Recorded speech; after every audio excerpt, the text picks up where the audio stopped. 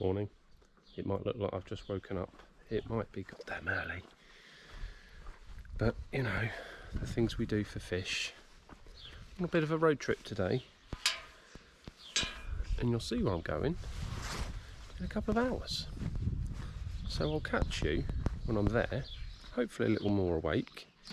I'll get me Mackie's coffee. And, yeah. Right, see you in a bit. We've arrived. 3 hours. Don't like motorway driving. Rubbish. Anyway, you might know where I am.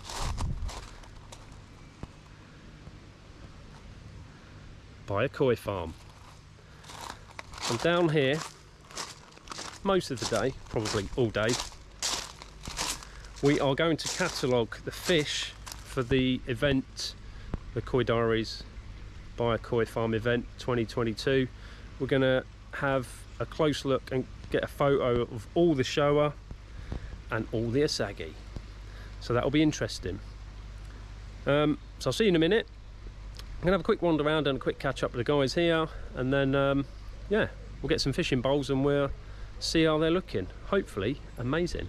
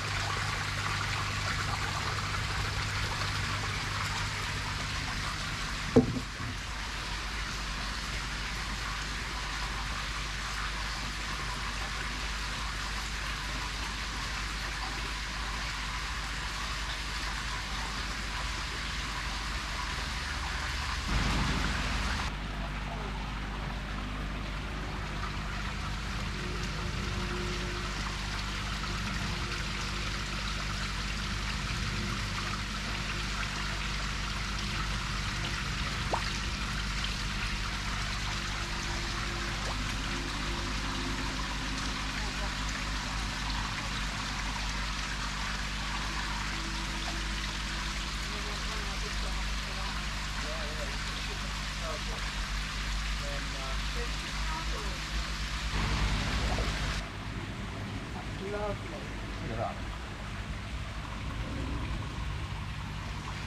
You like? Don't want to give any tips, but that's a good one. We are going to put it in.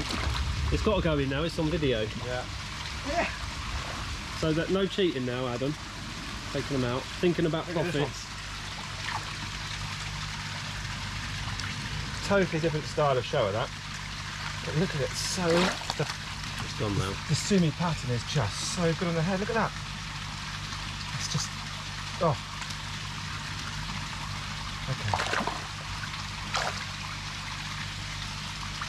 And this type of thing also, I have a lot of time for this. You see the underlying sumi that I was mentioning just when we were chatting, when Yeah. that's just really interesting to see how that develops. Lots of different styles as well. Yeah. I think it's going to be a growing show with extended interest. Different styles of showers, different places in the country that the showers are going to go to. Water quality, hardness.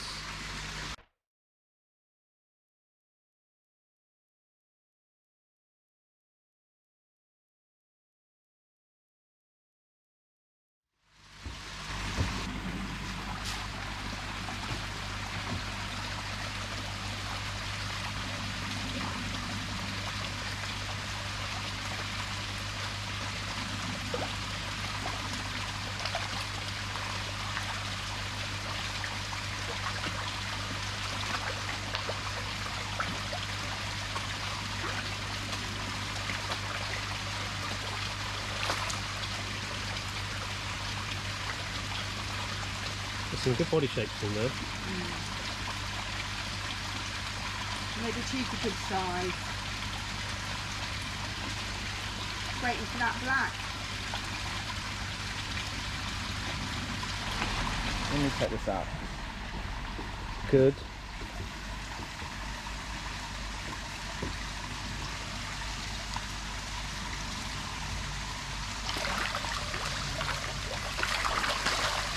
So most of the fish in this tank are from our karashi Doitsu spawning. You can see there's the odd other one that they put in there for various operational reasons.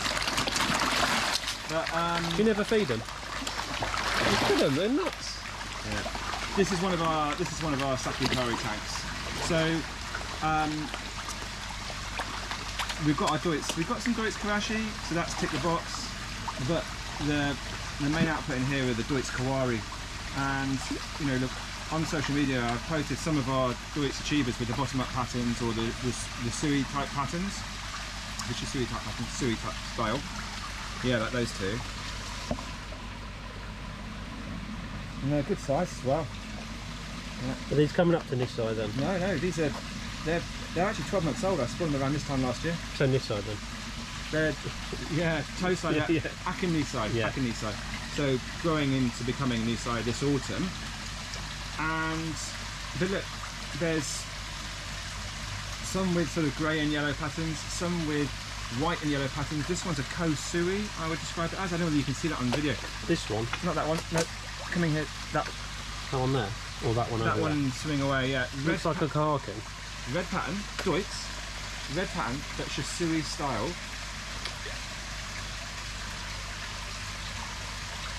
So the pattern that is a lateral pattern rather than a on the back pattern or Right. a wrapping pattern.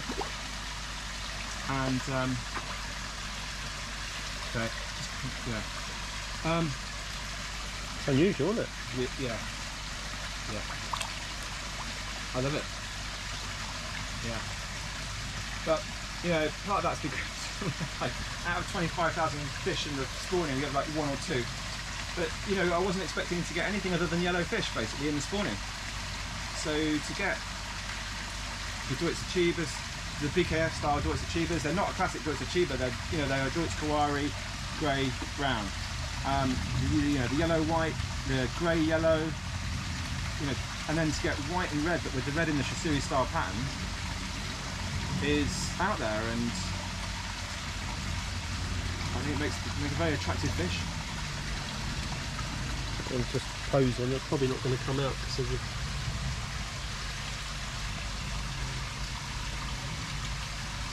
Yeah. So very few of those, and we did release some at Tosai. Obviously they went really quickly. Yeah, That's good though. it's a good thing. It's a good thing.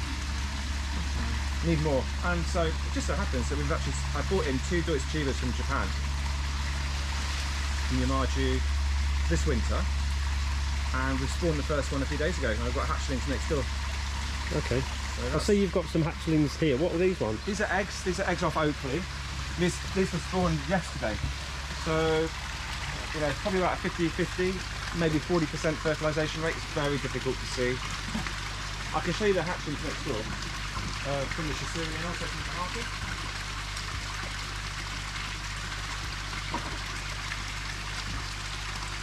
That's a pond of hard work there, isn't it?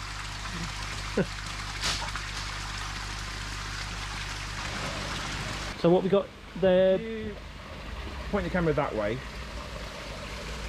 Just probably go a bit closer. That's it. I'm just going to open it on this way. Right. There you go. Newly hatched Doitsu Chibas. Know where that comes out. Yeah, you can just about see them there. I mean, they're literally just hatching over the last 24 hours. Decent number in there. And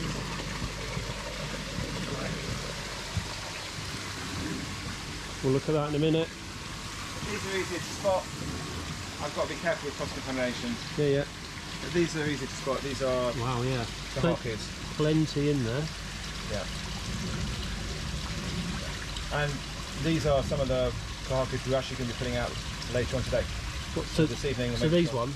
Yeah, these are 4 nets of kahakus. So is that pretty much how small they go out? Yeah. Wow. Yeah. That's how we do it. We rear the fish. Actually, I need to wash up and feed them. We rear the fish naturally with rotifers and zooplankton and so forth. And so the pond's got to be in exactly the right state outside with that food source available, and then the fish go out. How, as a percentage, what do you think you're going to lose out of that lot in there? If I've got the pond right, hopefully not too much. If I've got the pond wrong outside, Well, you could lose a lot, obviously worst case, but and that if I get the timing right by even a few days, that's what will that's what will determine that loss. wow, so it can be fine margins. Yeah, yeah. Hard Yeah. work. It's tricky. It's tricky. That's where experience comes in though, because I suppose you can look at a pond and you can probably see certain things happening within it to know that Yes. you've got maybe 24 or 48 hours. Yeah, that type of thing. Yeah, yeah. We've learned that over the years, and we don't always get it right. I can't believe that they go out that small. I thought they were a bit bigger than that, but who counts them, you or Amanda? We don't count them. Obviously. Do you know what though? One time back in the day I did, and so then I kind of know, when I look at a net like that, I know roughly what I've got. Or when I gather the net up and I get the hatchlings in a smaller space, I can put a few sort of scoops in a bag. I kind of know roughly what I've got. What do you think's in there? I think probably 10,000. Wow. I think each of the nets have got 10,000. At £100 each, you can retire. Yeah, yeah. I'll sell them now. Not with me. Yeah. Oh, careful. Yeah, that's it. You know, to be honest, the a good spawning, we'd have something like 30,000 or 40,000 in one of these nets. Okay, that's So it. out of these 2 kahaku females, neither of the spawnings went as well as we can achieve, but equally they've done well enough for us to have enough hatchlings to fill probably 1 or 2 ponds. So quickly, when we looked at the Oakley spawning next door, Yes. Amanda says, I asked the question, I don't know if it was on camera actually, whether there was more eggs Yeah. because she's a bigger fish. But Amanda seemed to think maybe not, but they're just a bigger egg. Yeah. Is that about right, maybe? The eggs were really big off Oakley this year. Less eggs than last year, but they're all fresh. So probably the same kind of amount maybe then. We'll see. I had a look at them today. Today is when we can see the fertilisation rate. It looks okay, about 50%. Again, that's a usable percentage, and it's now just keeping our fingers crossed to see how the hatch goes, because you tend to, what we find with rearing the eggs is that you tend to, each stage of the process you lose a percentage, so Yeah. a certain percentage aren't fertilised. Out of the fertilised ones, a certain percentage won't hatch. And then your selection process anyway will get rid of fish, so Yeah. it's an ever-decreasing circle kind of thing. Yeah, very much so. But looks okay so far to have another pond of Oakley chargoys this year, which would be really good, Yeah. because they've been they are great chargoys. Have you heard of any monster stories yet, of any big uns out there already? The first batch through is what we sold this year, and I guess at the end of this season we'll see what people have done with them. But you may have seen in the large tank next door with the bridge across it. Mid-40s maybe? Yeah, and we didn't spawn them until July last year. So they're not even a year old, and so big things hopefully. Yeah, and great quality. The skin, like you can see all the fuku develop here. Yeah. So it's those two aspects combined. Very exciting. Yeah. Good. Cool. All right, so we're going to go through the shower now. That's it. Awesome. All right, we'll see you in the next polytunnel going through the show for the event. See you in a bit. Have you got a favourite in here, Amanda? I like the Hawaki. The unusual variety maybe. Yeah. Nice and white. The yellow is strong. But in terms of pure size and skin, Yeah. Oakley. How long will it take her body to get back to some kind of shape again? Oakley, you think? Oakley. End of the summer. Okay. Will you spawn her Still again? got a good shape. Oh, well, yeah, she's. I mean, you can just see she's still got width, but Yeah, she's much slimmer. Which is good. Should be feeling more comfortable. eat more food now. Yeah.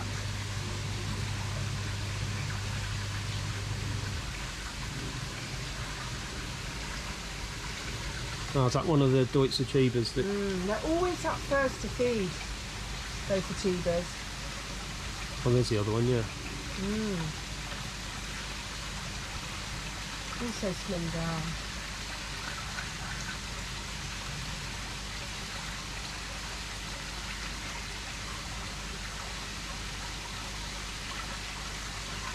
And Rosie's been spawned. And this one.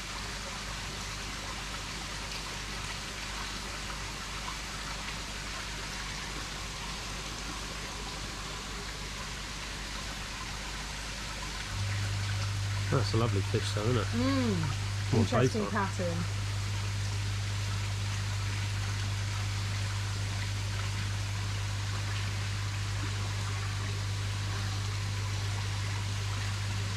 I have a bit of a soft spot for a chiba, and I don't normally like Doitsu fish, but the Doitsu chibas, I like that.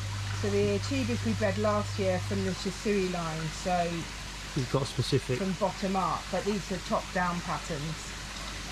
So there'll be something different.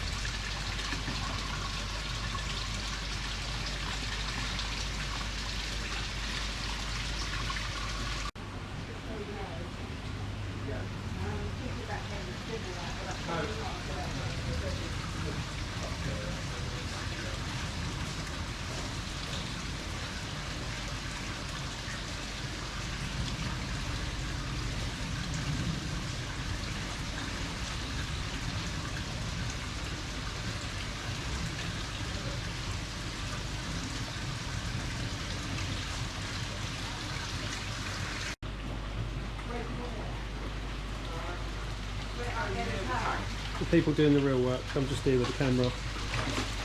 Doing a good job.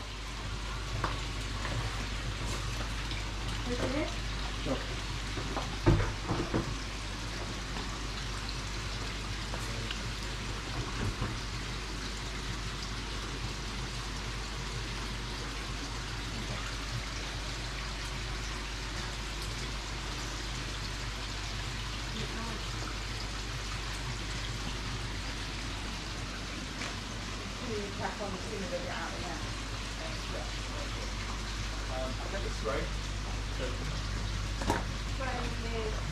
Down the bottom on the desk probably. Yeah.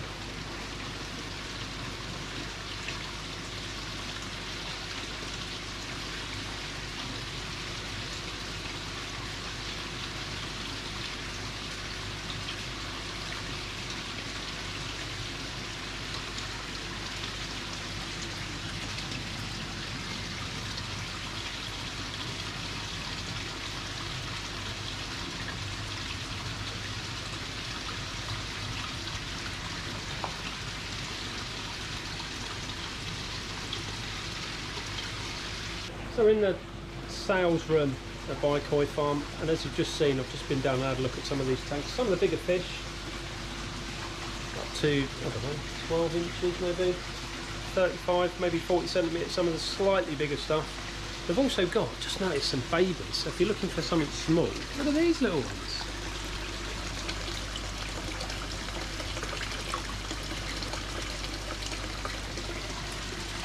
Slightly bigger, but look. 10 for 55 quid. Unbelievable.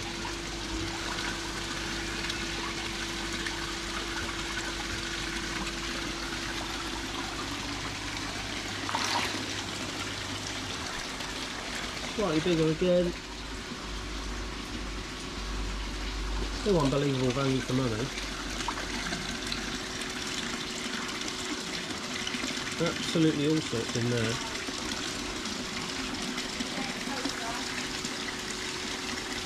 Probably won't see because of the reflection.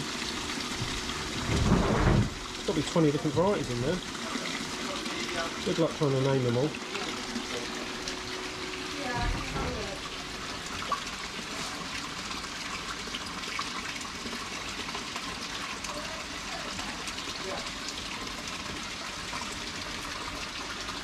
The biggest of the small fish, 5 to 6 each.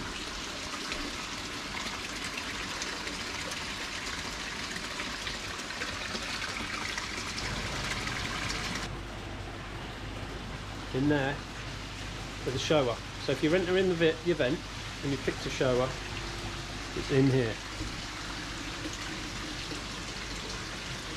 I think they know something's happening. It's just sitting on the bottom.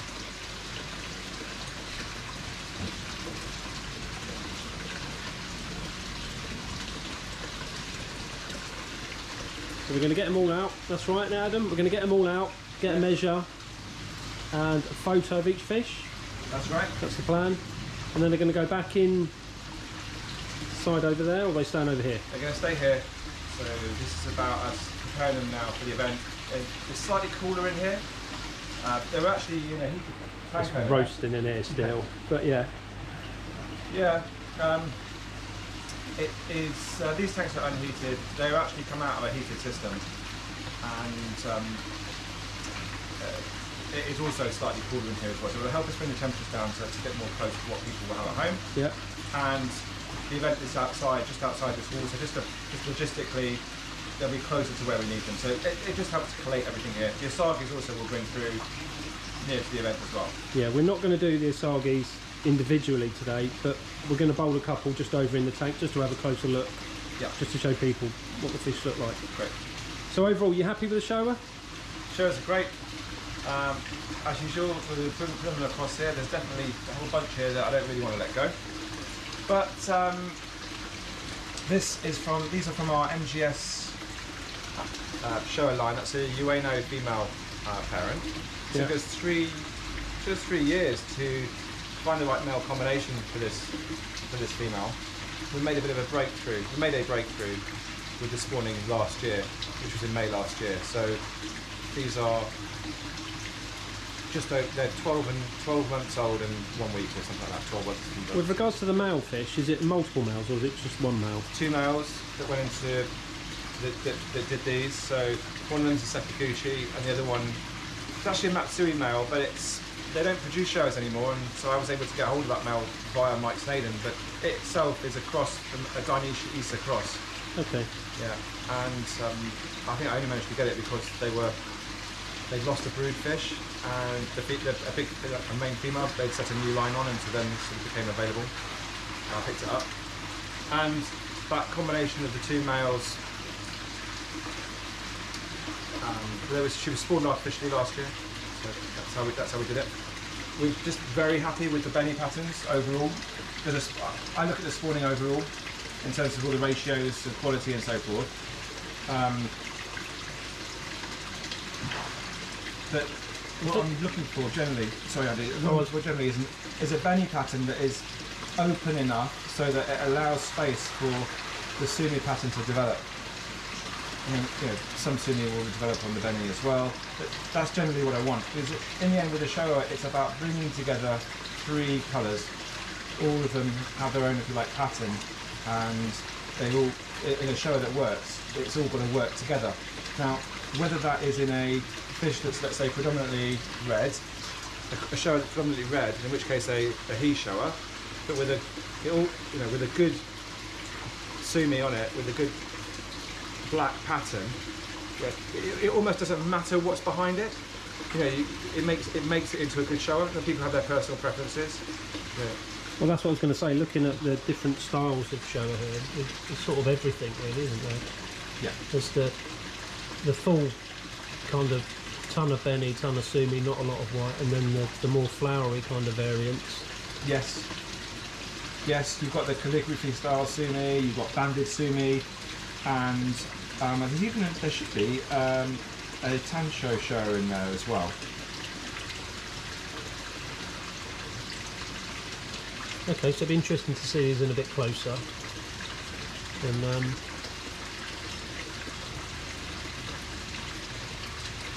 yeah, and they're a decent size too. But again, you know, like last year's event, there are going to be some large koi in here where there's a Showa pattern to develop for sure, but they're going to be big in the spawning and they're going to give somebody some great growth potential. There's one or two smaller Showas in here which don't have that growth potential. They're still going to grow, but are particularly pretty, and there's a couple in here I've like seen, that. yeah, there's probably the smallest fish in there actually. It was maybe that one there. Yes. A bit more sort of finishy than the rest. And the quality of the sumi on it is good, so we would like to think that if there's some that's half decent sumi on the fish, the rest will be fine as well. That's it. What we're finding with the MGS Showas is that the sumi is taking time to come through. So our other line of Showas is LMC, the different brood fish, also from Ueno. Both fish are from Ueno. On the LMC flavors, the sumi comes through much quicker, and by this stage the sumi would be several times more further out, if you see what I mean. The sumi on these is coming through much more slowly, but So slow burners. Oh, there's the Tancho one. Back there, just underneath them ones. Look. yes, there is a, I mean, to be, you know, a Tansho, for me to put it into the event, it's not going to be a perfect Tansho Showa, you know, to be fair. But the actual Tansho marking is nice. There's a small, when you get it up close, there's a small secondary, it's got like a secondary little Tansho marking, which is almost like a... On the back of its head, is that... Yeah, on the head, it's got a second... If it covers up the sumi, you wouldn't even know it was there. That's right, it's really small. So, look, you know, a perfect Tansho Showa is not going to make it to the event, but something like that, which could easily... We've seen it now and you can't take it out either. It's in the event. I thought it was a great event fish because the main Tansho marking on the head is perfect, and for many they'd perhaps take the punt on that other piece of red being covered up, and that's a Tansho Showa. Alright, well we've been stressing out long enough. We'll just about to get set up and then we'll have a closer look. So we'll be back out in a bit when they're in the bowl.